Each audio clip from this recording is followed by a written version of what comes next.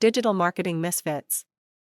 Well, how many times have you been in a TikTok comment section, even just a social media content section, where the person's like, everyone's like, I'm so invested in this, I got to see what happens. Yeah. Mm-hmm. I probably see that comment 25 times every time I log into something and I'll make a viral video.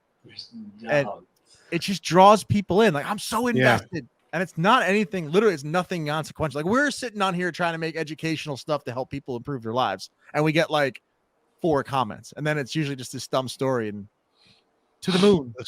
I mean, everybody's heard that the stories are the ones that sell. We've all heard that. But as humans, we're designed to retain stories because we're spoiled now. We have Google, we have books, we have a lot of things, but go back 1,000 years, 2,000 years, go back, and history was from generation to generation and was done by stories.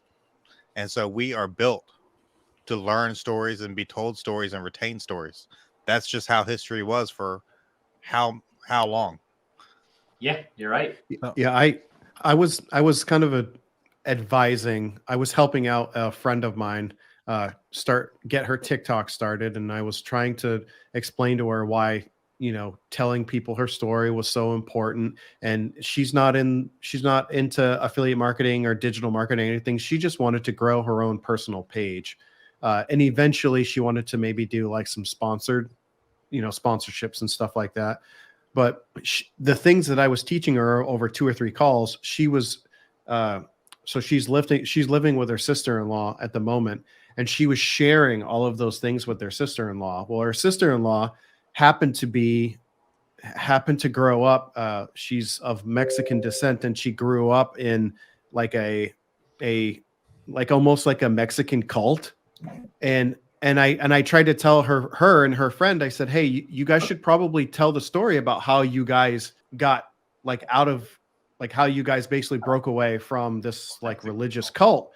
And literally within an 8-part series, her like first or second video went like mega viral, like millions of views.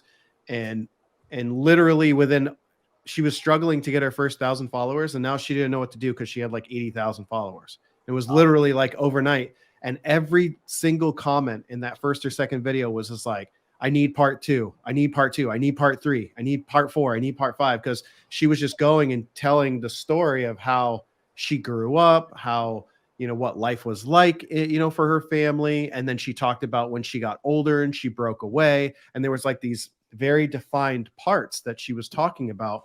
And it just, literally, her mind was blown where she was like, oh my gosh, I didn't realize I could grow so fast just telling my own personal story. And I'm like, yeah, that's all it really takes. People get invested into your story, and they want to hear about what happens next. It's like cliffhanger style. So yeah, I mean, it's not to be underestimated, the fact that when you just start talking about yourself and turn it into a mini series, people get invested. Yeah.